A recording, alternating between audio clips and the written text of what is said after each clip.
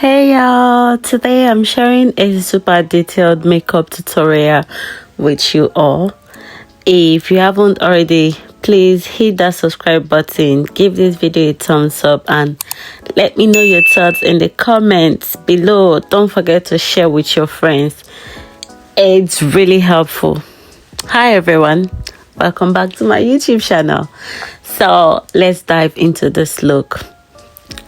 I started off by grooming the brows with a brow razor. As you can see, I'm just cleaning up the excess hairs, focusing on the top and bottom, but not in any way trying to change the natural shape of the brows.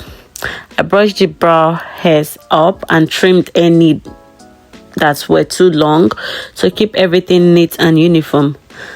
Like when it comes to brows, think of it like pruning a garden.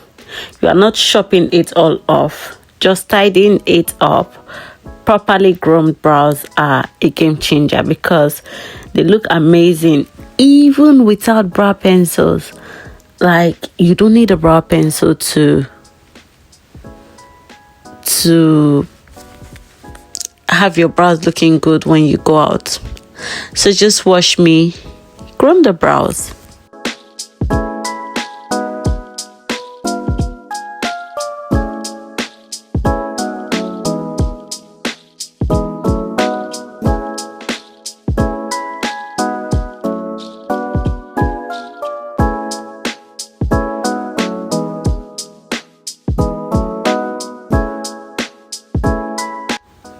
So for the other brows, I just repeat the same steps that I did, and yeah, just watch me do my thing. And don't forget guys, practice make perfect.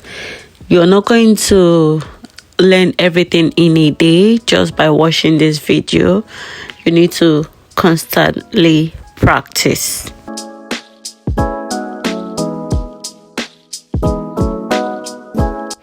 After that was done, I grabbed a cotton pad with micellar water to clean the entire face.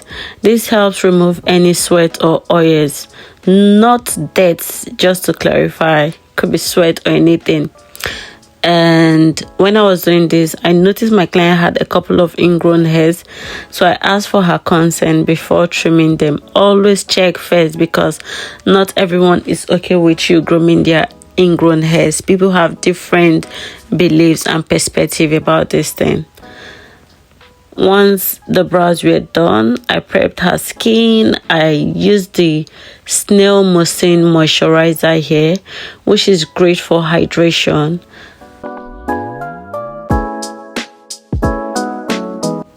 Moisturizer keeps your skin looking healthy and radiating. Like if you practice the culture of skincare, you will see how improved your skin will be.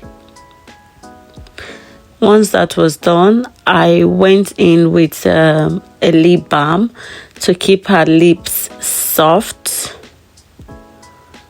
and ready for the lipstick that we will apply later. I allowed my moisturizer to fully absorb into the skin. So one thing I do, I always allow my product to absorb into the skin, most especially for my brides or my Lux clients. Yeah, once that was fully absorbed into the skin, I went in with the Rimmel London mattifying primer all over the face, the spheres of the outer perimeters of the face. And for the T-zone, I use a separate product to control oil. I also went in with my CeraVe eye cream, which is one of my favorite products for puffiness and dark circles and under eye area. So I just apply that in, and here I'm using the Meron mattifying skin prep for her T-zone to really help control the oil. I also use this on the brows. It keeps the brows really matte. Moving on to foundation, I use NARS Soft Matte Foundation. I'm using a brush to apply a dark shade on the perimeters of her face and a lighter one in the center. I'm spreading this out before going in with my Badescu facial spray and blending with a beauty blender, as this helps spread the product, so it makes blending easy and reduces cakiness of foundation. Using that brush helps a lot. That way you know that you've already spread the product, so when you blend there will be no cakiness. Once I was done blending in the foundation with my damp beauty blender, next up was concealer. I used 2 shades of the Tarte Tape Shape Radiant Creamy Concealer to highlight and brighten. And when blending, I kept the product in place by tapping gently. I really did not have to spread it all over the face. Placement is important, and once you place product, try to control how you spread the product when it comes to makeup, so you don't look like a clown. So you can see I was blending the concealer, but I did not spread it all over the face, as that will alter the shade match I already did in the foundation. The purpose of this concealer is just to highlight the areas of her face like that will be exposed to light for photography and whatever. If I spread it out to the entire face, it's going to make her skin look lighter than the rest of her body. So once that was done, before setting, I sprayed my Morphe continuous spray on the entire face, went back into blend before going in with my Huda Beauty translucent setting powder, dusting off any excess to avoid any cakey look. Yep, I did set the rest of the face using my powder brush to keep it matte before moving on to contour. For contour, I went in with my Morphe bronzer for the cheekbones, and I used my Fenty beauty powder, a shade that is not really dark, to warm up the rest of her face. I then went on to using the Fenty powder just for soft warmth. You can see I also used it to blend the contour bronzer, and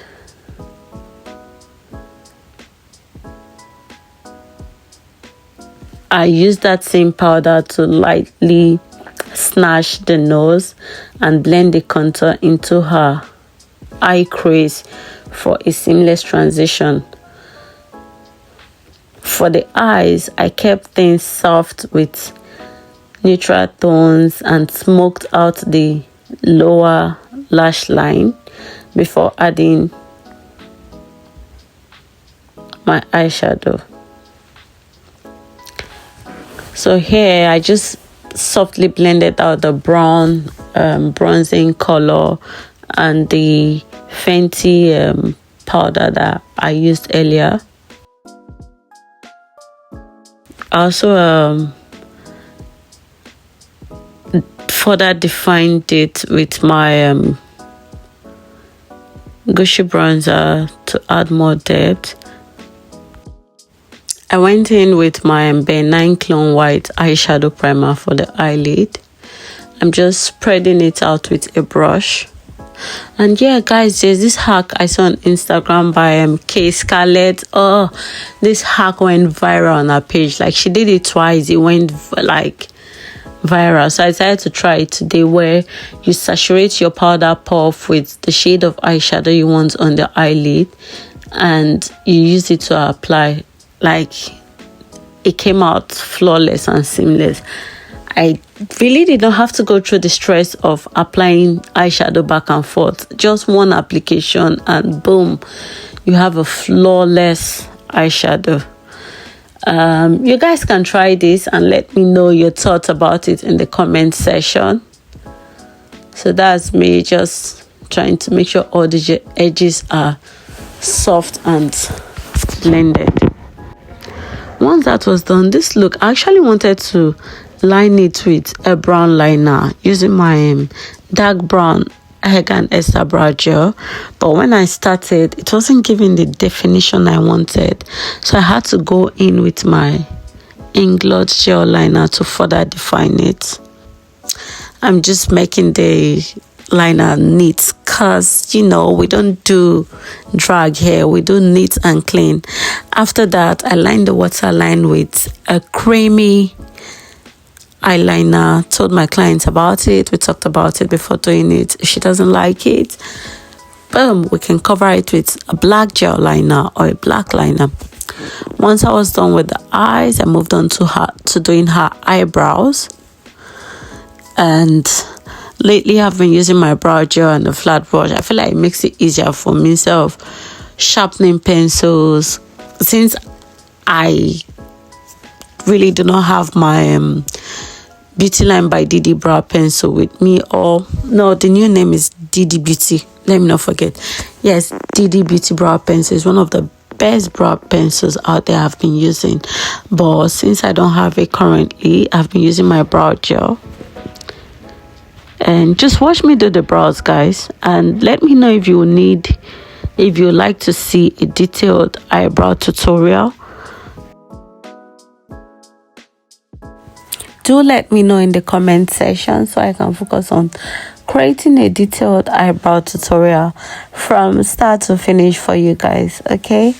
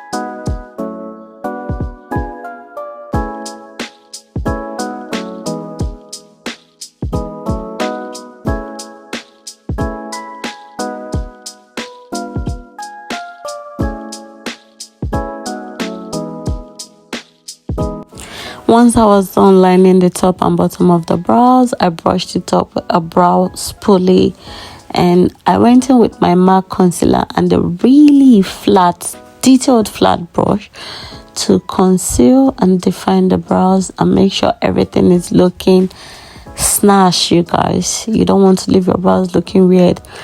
And don't forget, after concealing the brows, make sure to blend it out with a dense brush, and also use a compact or even a setting powder to set that area that you apply the concealer.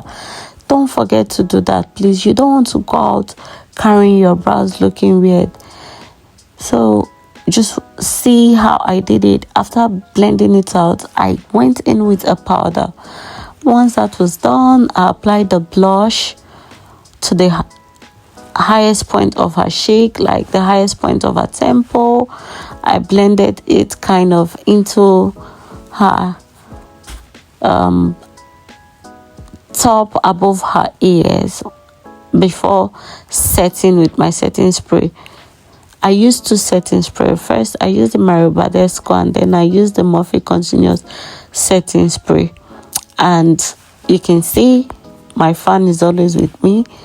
If it's not with me, I will use what's it called, a lash tray to fan. My clients know me with that.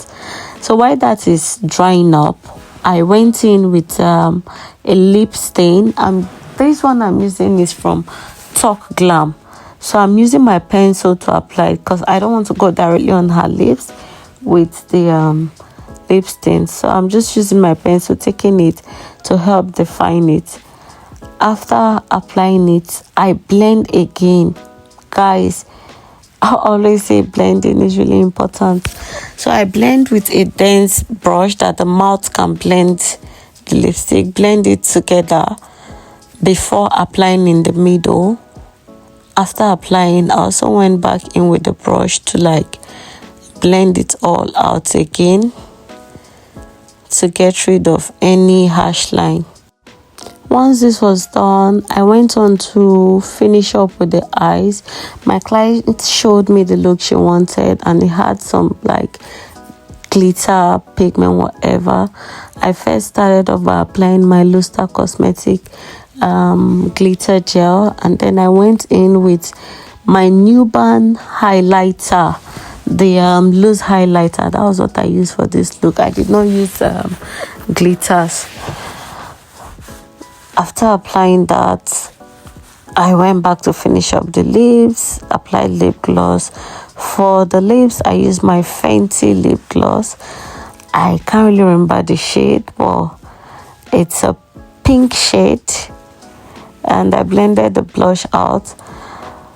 Then I went back into the eyes. My client came in with falsies, so obviously I have to clean off any eyeshadow or powder fallout. What I did was I saturated my brush with micellar water, or even water. You can use water for this, and I went in to use it to brush the lashes and cleaned off any powder effects. Guys, my client was looking in my soul. Anyways, once that was done, I went in with mascara. Yeah, I started off with a particular mascara and I did not like it. I went back to get my fave. It's called my fave. It's this Maybelline Colossal mascara. This mascara, I die for it, guys. I live for it. I survive for it. I will always buy it. I've been using this mascara for over 10 years. And there you have it, guys, the finished look. I finished up by spraying, and what else did I add? I just used my beauty blender to add a very light glow, because I didn't want the look to be too matte or too glowy. So tell me what you love about this look, and also tell me the look you would love to see next, or what you would like to learn from my next video. And guys, I have been consistent now.